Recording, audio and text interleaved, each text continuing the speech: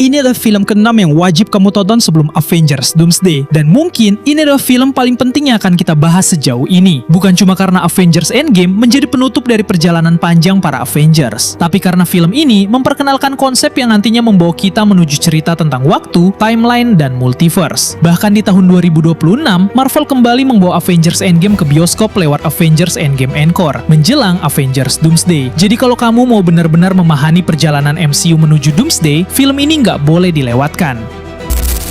Avengers Endgame. 5 tahun setelah Thanos menghilangkan setengah kehidupan di alam semesta, dunia masih berusaha hidup dengan kehilangan tersebut. Steve Rogers masih membantu orang-orang yang kehilangan keluarga mereka. Natasha justru menjadi salah satu orang yang paling keras mempertahankan Avengers yang tersisa. Thor, dia kehilangan arah karena dia merasa gagal melakukan satu hal yang seharusnya bisa dia lakukan, membunuh Thanos dengan tepat. Sementara Clint Barton berubah menjadi Ronin, bukan karena dia tiba-tiba menjadi jahat. Keluarganya hilang akibat snap, dan rasa kehilangan itu membuat Clint memburu orang-orang yang menurutnya pantas mati.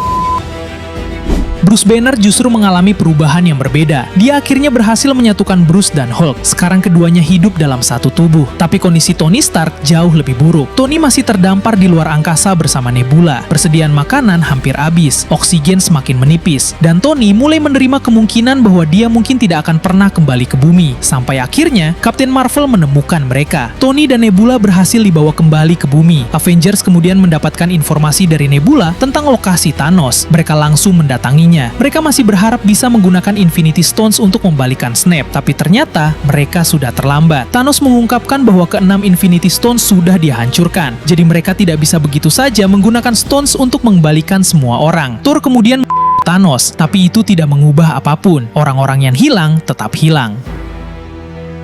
5 tahun berlalu, sampai akhirnya Scott Lang kembali. Scott ternyata selamat karena terjebak di Quantum Realm sejak peristiwa Ant-Man and the Wasp, dan pengalaman Scott di sana memberikan Avengers sebuah kemungkinan yang sebelumnya tidak terpikirkan. Bagi Scott, waktu di Quantum Realm terasa sangat berbeda, dan dari situlah muncul sebuah pertanyaan. Bagaimana kalau Quantum Realm bisa digunakan untuk melakukan perjalanan waktu?